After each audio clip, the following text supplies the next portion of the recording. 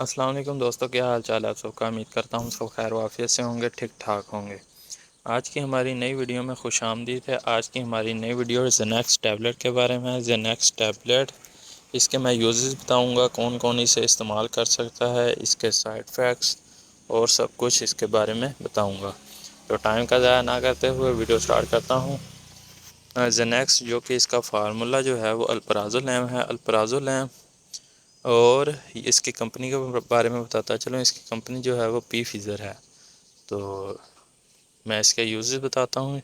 یہ جیسا کہ پتہ ہے آپ کو سب کو کہ الپرازولیم جو کہ نیند کی گولی ہے، نیند، بے چینی، نیند نہ آنا، بے چینی ہونا، افسردگی ہونا کی وجہ سے، افسردگی کی وجہ سے ہونے والی پریشانی کے علاج کے لیے کیا جاتا ہے۔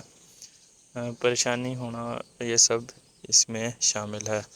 اور زینیکس کو ایسے مقامات اور حالات کے خوف کے ساتھ یا اس کے بغیر گھبراہٹ کے عوارض کے علاج کے لیے بھی استعمال کیا جاتا ہے، جو کہ گھبراہٹ، بے بسی یا شرمندگی محسوس ہونے لگے تو اس کا استعمال کیا جاتا ہے۔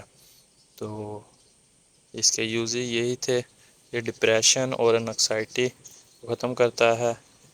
ڈپریشن اور نیند، ڈپریشن کی وجہ سے نیند نہ آنے کی صورت میں نیند لاتا ہے الپرازولیم جو ہے نا، زینیکس۔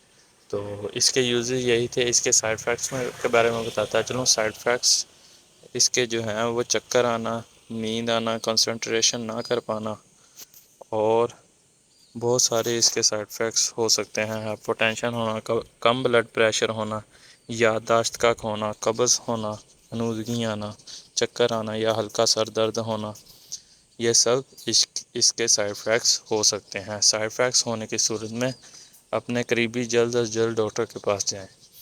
تو آج کی ویڈیو یہی تھی۔ ویڈیو اچھی لگی ہو تو لائک اور چینل سبسکرائب ضرور کیجیے گا۔